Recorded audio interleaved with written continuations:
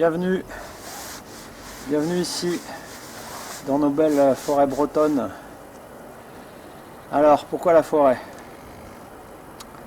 Parce qu'à mon sens il y a dans la nature une aide précieuse, vraiment une aide précieuse quand on veut faire un travail, un travail sur soi, quand on veut se délester un petit peu de l'émotionnel qui déborde, quand on cherche une évolution spirituelle, appelez-le comme vous voulez, en tout cas quand on est amené à ce retour à l'être véritable que nous sommes. Il y a plusieurs aides qui peuvent être précieuses. Alors, j'en développe d'autres dans d'autres vidéos, mais ce matin j'avais envie de vous partager une aide qui m'a été vraiment précieuse dans mon histoire. C'est la nature en général et la forêt en particulier.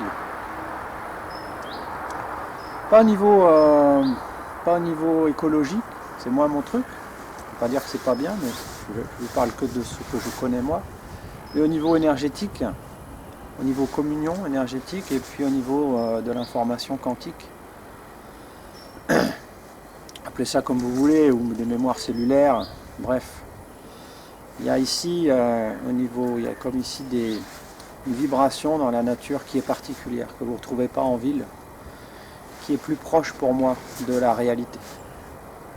Je vous donne un petit bout, je vous livre un petit bout de mon histoire personnelle, pas forcément pour me raconter, mais pour que vous puissiez faire le parallèle, puis que je vous raconte un petit peu les écueils dans lesquels je suis tombé, pour vous faire tout simplement gagner du temps, et puis pour vous donner l'envie d'aller à votre tour faire une petite balade en forêt.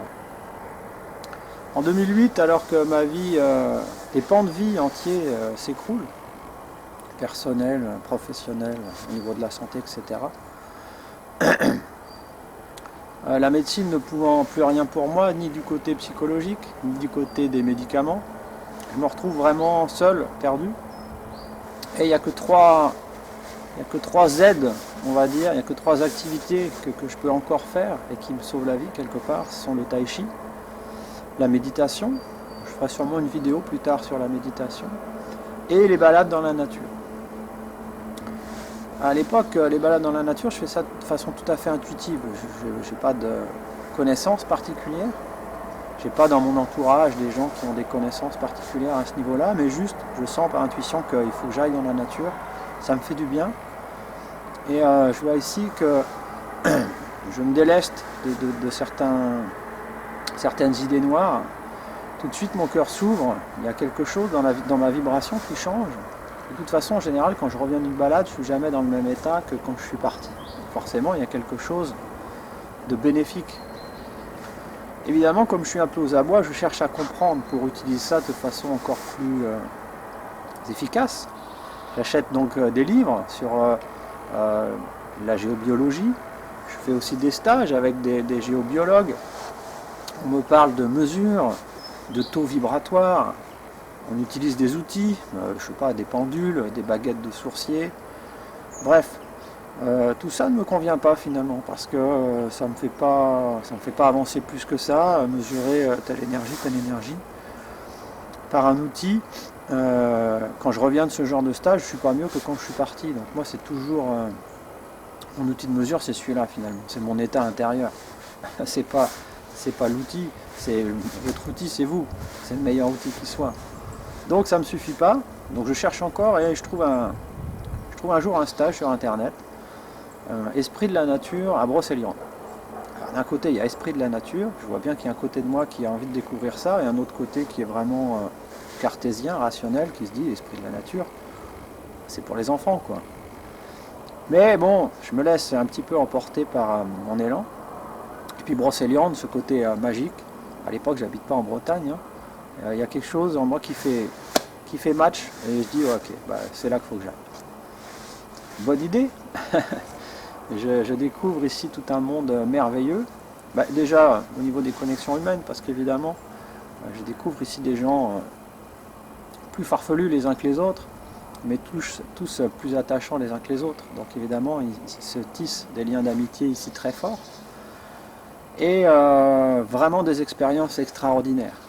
Qui dépasse largement les limites de mon mental de l'époque. Mais je suis bien obligé d'admettre que ça se passe. Moi je vois pas, hein. J'ai des gens à côté de moi qui sont clairvoyants, clairaudients, clairinformants, qu'importe. Moi je suis rien de tout ça, mais n'empêche que quand je suis auprès d'une énergie très forte dans la nature, je sens bien mon corps qui vibre de partout, mon biochamp qui se dilate.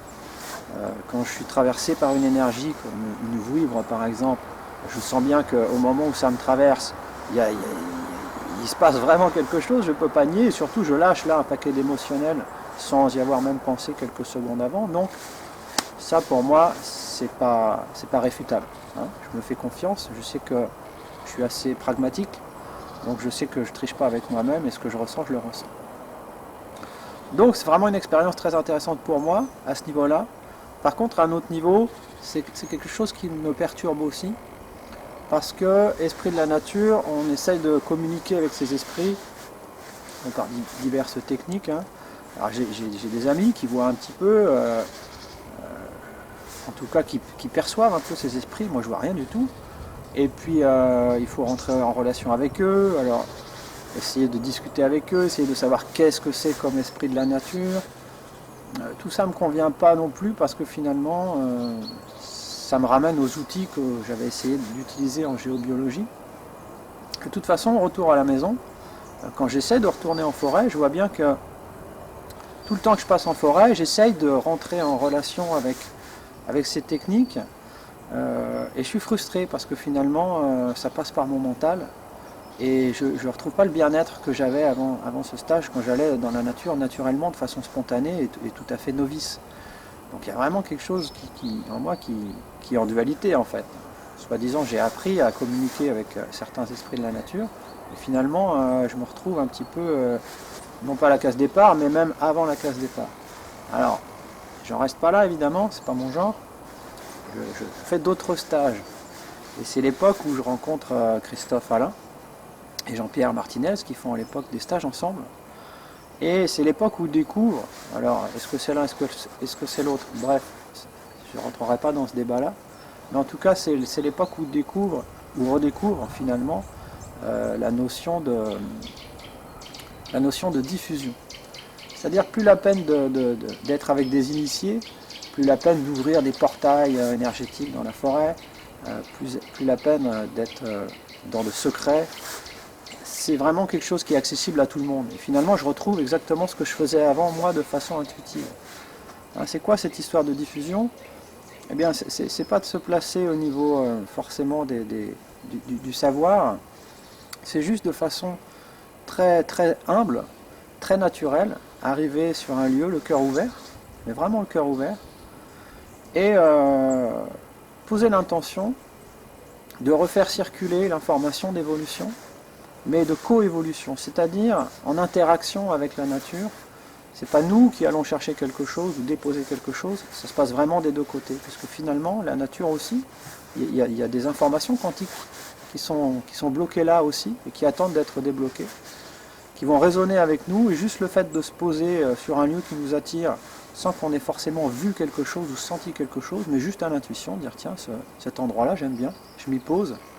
Et juste comme dit Christophe, cette phrase m'a beaucoup aidé, faire de l'espace pour rien, c'est-à-dire rien chercher de particulier, ne pas faire d'incantation particulière, juste, je me suis senti attiré par cet endroit, je me pose là, je fais juste de l'espace pour rien, j'attends rien, juste voilà. Et à la limite, j'écoute les sensations de mon corps, j'essaie de voir ce qui se passe, de sentir, de ressentir ce qui se passe. Et juste laisser faire. Ça peut paraître comme ça un petit peu mystique, mais si vous faites l'expérience, vous verrez que ça marche vraiment. Et c'est ce que je faisais finalement avant de façon intuitive. J'attendais juste, comme ça se passe souvent hein, chez l'humain, l'autorisation d'un plus grand que moi, que j'étais sur la bonne voie. C'est aussi simple que ça. Donc à partir de là, ça se matchait, j'ai dit ok, bah, ça me parle, puisque finalement c'est ce que je faisais. Donc là, du coup, j'ai beaucoup fait ça, et j'ai beaucoup avancé, j'ai largué beaucoup de choses. Et ça a été vraiment merveilleux, tous ces mois, toutes ces années, et encore aujourd'hui qui suivent, et c'est ce qu'on essaie de transmettre. Parce que ça, c'est vraiment très simple, c'est vraiment très très simple. Donc pas besoin de rituel, pas besoin de savoir, pas besoin de connaissances, pas besoin d'être initié. Juste vous-même avec le lieu.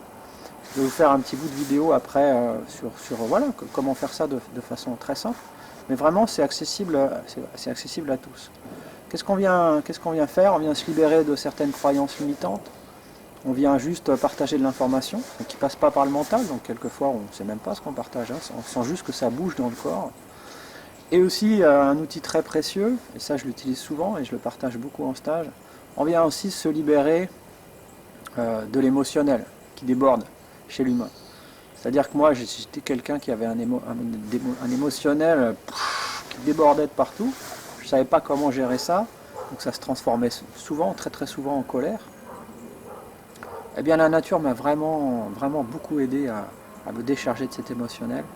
C'est pas qu'on vient vider ses poubelles, hein, parce que ça fait un petit peu comme ça polveur, mais il y a dans la nature des énergies qui se nourrissent, hein, des esprits qui se nourrissent de vos agrégats émotionnels. Pour eux, c'est pas du tout un déchet, c'est une nourriture. Donc ils sont bien contents qu'on vienne vider notre compost quelque part. Donc plutôt que de le garder en nous, eh bien se poser comme ça avec l'intention de faire son caca énergétique, hein, finalement c'est aussi simple que ça, eh bien c'est super, il y a tout un tas d'énergie qui adore ça.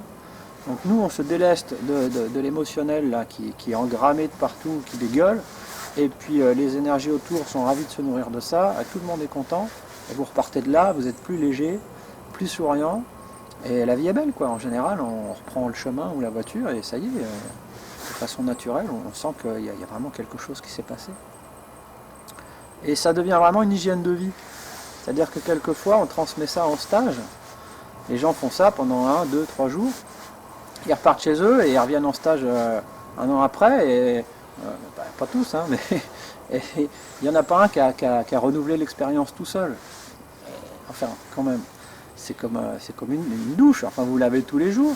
Vous allez aux toilettes tous les jours. C'est la même chose. Tous les jours, toutes les semaines, on est stimulé par un tas de conflits, un tas de miroirs qui viennent réveiller en nous des émotions, des choses comme ça. Une fois que c'est là, on ne sait qu'en faire. Donc c'est une hygiène de vie régulièrement, peut-être pas tous les jours, mais au moins une fois par semaine. Aller dans la nature, aller dans la forêt, mais pas pour rester dans le blabla mental et discuter avec une copine ou courir ou faire du sport. Non, non. Aller vraiment seul dans cette intention, ou alors à plusieurs, mais avec la même intention, de diffusion, de coévolution, de larguer ce qui n'a plus lieu d'être dans votre corps énergétique. Et voilà, c'est une hygiène de vie, c'est à faire régulièrement, tout le temps, parce qu'on est toujours stimulé, et tant qu'on n'est pas des maîtres parfaitement éveillés, capables de se laisser traverser par toutes les émotions sans que ça nous impacte, et surtout sans qu'on en garde une partie à l'intérieur, eh ben, c'est à faire régulièrement. Tout simplement.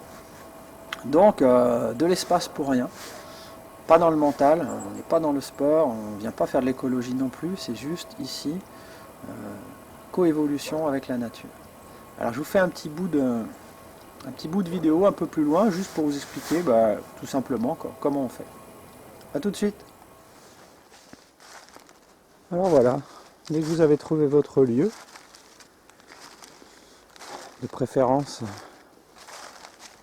à l'entrée du lieu, du moins pas loin de l'entrée, vous allez vous sentir appelé par une énergie, par un endroit, appelé pour vous poser votre intention, comme s'il y avait là quelque part le gardien du lieu, et avant de rentrer, venir déposer une intention.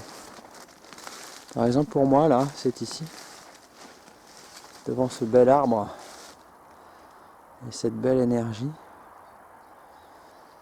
Voilà, juste ressentir qu'il y a quelques secondes, quelques minutes à prendre avant d'aller un petit peu plus loin. Se recentrer, prendre le temps de rentrer en connexion, prendre le temps de ressentir cet échange vibratoire. Peut-être vous pouvez le sentir à travers votre écran. Il y a déjà quelque chose qui se passe au niveau vibratoire, au niveau du plexus ou dans le ventre, ou le cœur qui s'ouvre. Et voilà, juste entrer en connexion et là déposer sa demande, se présenter, dire bonjour. Je viens ici vraiment pour me déposer dans un esprit de partage, de coévolution. Je suis là tout nu, j'ai rien à cacher. Le cœur grand ouvert. et vous posez votre attention. Soit je viens ici me délester de mon émotionnel qui déborde, parce que je sais qu'ici va être recyclé. Soit je viens ici pour partager de l'information quantique, donc juste sans que j'en ai vraiment, sans que ça passe par le mental, refaire circuler l'information d'évolution. Ou alors poser une problématique particulière, c'est à vous de voir. Et puis ressentir dans le corps que ouais, c'est ok, vous avez l'autorisation. Il y a comme quelque chose qui vous pousse à aller plus loin ou au contraire qui vous retient pour rester encore un petit peu. Et puis après, quand c'est ok, on chemine, tranquillement.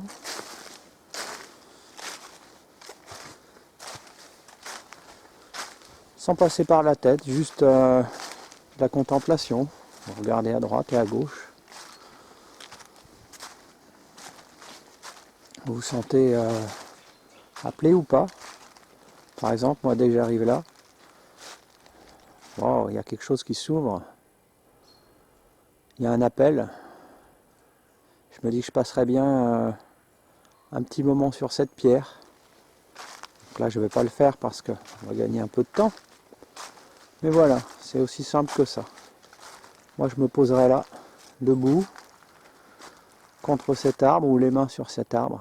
Et juste là, tranquillement, attendre, faire de l'espace pour rien. Juste ressentir dans le corps les sensations. Qu'est-ce qui se passe dans mon corps? Est-ce que ça circule?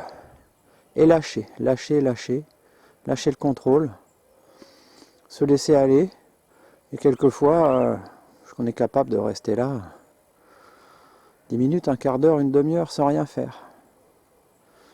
Et puis, ça peut être aussi juste quelques minutes, il n'y a pas de problème. Se sentir appelé à escalader ce rocher, par exemple. Faire un peu le fou dessus. Sauter comme un gosse qui jouerait.